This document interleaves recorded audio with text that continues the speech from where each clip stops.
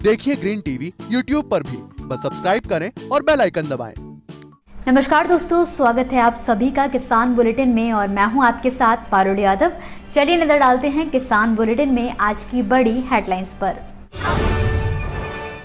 प्राकृतिक खेती को बढ़ावा देने में जुटी सरकार अब गाय पालने वाले 26,000 किसानों को देगी अनुदान। अब किसानों को नहीं करना होगा 9 महीने का इंतजार, केवल 75 दिनों में ही पूरी हो जाएगी ट्रैक्टर की टेस्टिंग। मध्य प्रदेश सरकार ने किया बड़ा ऐलान, 8 अगस्त से शुरू होगी मूंग और उड़द की सरकारी खरीद। केंद्र सरकार द्वारा जहां एक तरफ किसानों का ध्यान प्राकृतिक खेती की ओर बढ़ाने के लिए तरह तरह के प्रयास किए जा रहे हैं, तो वहीं अब इस कड़ी में अपना एक और कदम बढ़ाते हुए मध्य प्रदेश सरकार ने किसानों को गौपालन करने के लिए भी नई योजना की शुरुआत कर दी है। जी हां, दरअसल प्राकृतिक खेती के लिए जरूरी जैविक खाद गोबर से ही तैयार की जाती है और गोबर के लिए गायों का पालन पोषण करना जरूरी है। ऐसे में केंद्र सरकार ने प्राकृतिक खेती को बढ़ावा देने के लिए किसानों व पशुपालन से देसी गायों का पालन करने का आग्रह किया है, जिसके चलते मध्य प्रदेश सरकार ने भी कुछ वक्त पहले देसी गौपालन करने वालों को 900 रुपए प्रति माह की मदद देने का फैसला किया था। इसकी पहली किश्त देने के लिए सरकार ने पैसों की अब मंजूरी दे दी है। शिवराज सिंह सरकार ने प्रथम चरण में 26,000 पशुपालकों के लिए 900 रुपए प्रति माह के हिसाब से एक साल के लिए 28 करोड़ 8 लाख रुपए खर्च करने की मंजूरी दी है। नेचुरल फार्मिंग को आगे बढ़ाने के लिए इस तरह का निर्णय लेने वाली मध्य प्रदेश सरकार पहली है। कैबिनेट ने इसके साल भर के बजट पर मुहर भी लगा दी है।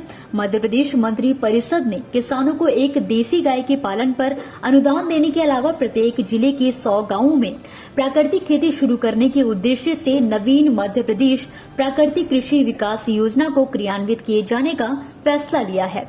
आपको बता दें कि मध्य प्रदेश सरकार प्राकृतिक कृषि किट लेने के लिए भी किसानों को 75% का अनुदान दे रही है। केंद्रीय कृषि मंत्रालय द्वारा किसानों की सहूलियत के लिए एक जरूरी और बड़ा फैसला लिया गया है।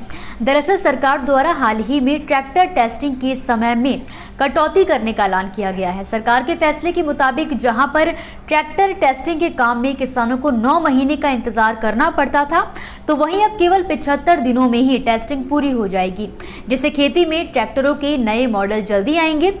इससे किसानों का काम आसान होगा और इतना ही नहीं, कंपनियां किसानों की सहूलियत और नई टेक्नोलॉजी के हिसाब से नए ट्रैक्टर मार्केट में लॉन्च कर सकेंगी। जानकारी के लिए आपको बता दें कि जब भी कोई नया ट्रैक्टर मार्केट में आता है, उससे पहले उसकी बुधनी मध्य प्रदेश में टेस्टिंग होती है। यहाँ से ओके की रिपोर्ट मिलने के बाद ही उसे मार्केट में उतारा जा सकता है। बुधनी में केंद्रीय कृषि मंत्रालय के अधीन काम करने वाला central farm machinery training and testing institute है। सरकार ने आजादी के अमृत महोत्सव के तहत किसानों और ट्रैक्टर कंपनियों को ये तोहफा दिया है। ट्रैक्टर के क्षेत्र में पिछले कुछ सालों में काफी तरक्की हुई है। अब इलेक्ट्रिक और सीएनजी ट्रैक्टर बाजार में आ रहा है, ताकि महंगे होते डीजल का किसानों पर बोझ न पड़े। कुछ विश्वविद्यालयों में इंजीनियरिंग के छात्र भी किसानों की जरूरत के हिसाब से ट्रैक्टर विकसित करने में जुटे हुए हैं। ऐसे में सरकार का ये फैसला न केवल किसानों को बल्कि कंपनियों को भी बड़ी राहत देने वाला साबित हो सकता है। मध्य प्रदेश सरकार द्वारा आखिरकार प्रदेश में दलहनी फसलों की खेती करने वाले किसानों के लिए मूंग व उड़द की सरकारी खरीद के लिए तारीखों का ऐलान कर दिया गया है। प्रदेश के मुख्यमंत्री शिवराज सिंह चौहान ने इस बारे में अधिक जानकारी देते हुए कहा है कि भारत सरकार के प्राइस सपोर्ट स्कीम के तहत समर्थन मूल्य पर ग्रीष्मकालीन मूंग व उड़द की खरीद 8 अगस्त से शुरू होगी।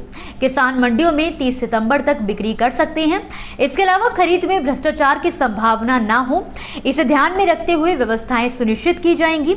सीएम ने ग्रीष्मकालीन मूंग व उड़द उपार्जन की समीक्षा बैठक के बाद अधिकारियों को इसके निर्देश भी दिए हैं। इसमें खास तौर पर किसानों के साथ हो रही धांधली को रोकने के लिए कड़े इंतजाम करने को कहा गया है। साथ ही किसानों के नाम पर बिक्री नहीं किए जाने के निर्देश भी जारी कर दिए गए हैं। छोटे किसानों की 100% मूंग और उड़द के उपार्जन को प्राथमिकता मिलेगी। सीएम ने कहा कि जहां तक संभव हो इलेक्ट्रॉनिक तोल कांटों से तुलाई की जाए, खरीदी लक्ष्य के अनुसार सुनिश्चित हो। जानकारी के लिए आपको बता दें कि मूंग एवं उड़द की खरीद के लिए 741 खरीदी केंद्र बनाए गए हैं। अभी 32 जिलों में मूंग फसल के लिए 2,34,749 किसानों ने 6,00,000 हेक्टेयर रकबे का रजिस्ट्रेशन कराया है। इसी तरह 10 जिलों में उड़द की फसल के लिए 7,000 9,329 किसानों ने 10,000 हेक्टेयर रकबे का रजिस्ट्रेशन करवाया है। रजिस्टर्ड किसान ही अपनी फसलों की एमएसपी पर बिक्री कर पाएंगे। केंद्र सरकार की प्राइस सपोर्ट स्कीम गाइडलाइन के मुताबिक प्रतिदिन प्रति कृषक 25 क्विंटल मात्रा की ही खरीद की जाएगी।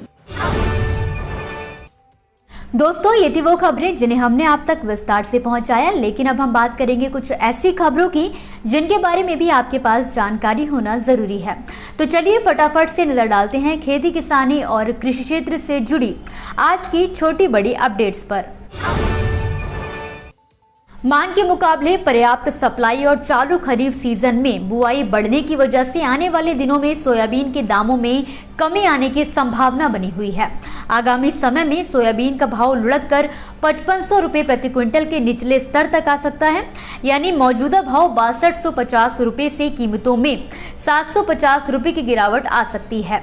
ऑरिगो ई मंडी के असिस्टेंट जनरल मैनेजर तरुण तत्संगी के मुताबिक आगामी हफ्तों में देश की सोयाबीन की प्रमुख मंडी इंदौर में सोयाबीन का भाव 6000 रुपए से लेकर 6583 रुपए के दायरे में कारोबार करेगा।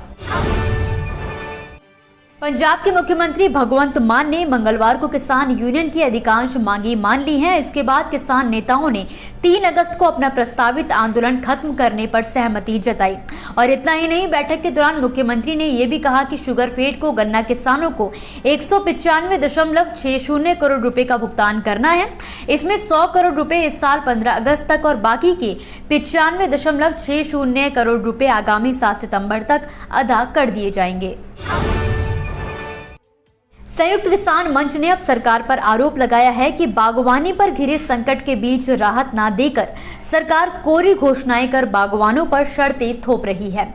हिमाचल प्रदेश से किसान मंच के संयोजक हरीश चौहान और संजय चौहान ने आरोप लगाते हुए कहा है कि जहां 28 जुलाई की बैठक में मुख्यमंत्री ने संयुक्त किसान मंच की मांगों को जायज ठहराया था, तो वहीं वादा किया था कि मुख्य सचिव की कमेटी में बागवान प्रतिनिधि भी शामिल किए जाएंगे, लेकिन अब सरकार अपने वादे से पलट गई है। इस साल कम बारिश के चलते कई राज्यों के किसान खरीफ फसलों की बुआई तक नहीं कर पाए हैं, जिनमें झारखंड, बिहार, उत्तर प्रदेश, उड़ीसा, पश्चिम बंगाल आदि का नाम शामिल है। छत्तीसगढ़ के भी कई जिलों में बहुत कम बारिश हुई है, जिसको लेकर मुख्यमंत्री भूपेश बघेल ने राज्य में औसत से कम बारिश वाली तहसीलों में फसलों की स्थिति का नजरी आकलन कराने की निर्देश दिए हैं। आपको बता दें कि ऐसी तहसीलों में फसलों का नजरी आकलन कराकर सूखा घोषित करने के लिए नियम के अनुसार शासन को 1 सप्ताह के अंदर प्रस्ताव भिजवाने के निर्देश जारी किए गए हैं।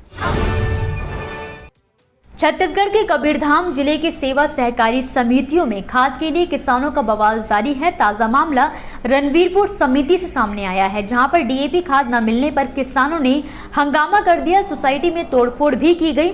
इस दौरान कंप्यूटर सिस्टम उठाकर भी पटक दिए गए। आरोप है कि गोदाम में डीएपी खाद उपलब्ध होने के बाद भी अधिकारियों द्वारा किसानों को खाद नहीं दी जा रही है, जबकि अपने जानकारों को खाद देकर किसानों से घंटों इंतजार करवाया जा रहा है। इसी के साथ आज के किसान बुलेटिन की बड़ी खबरों में फिलहाल के लिए बस इतना ही। आप मुझे दीजिए इजाजत और देखते रहिए ग्रीन टीवी। नमस्कार। देखिए ग्रीन टीवी YouTube पर भी, बस सब्सक्राइब करें और बेल आइकन दबाएं।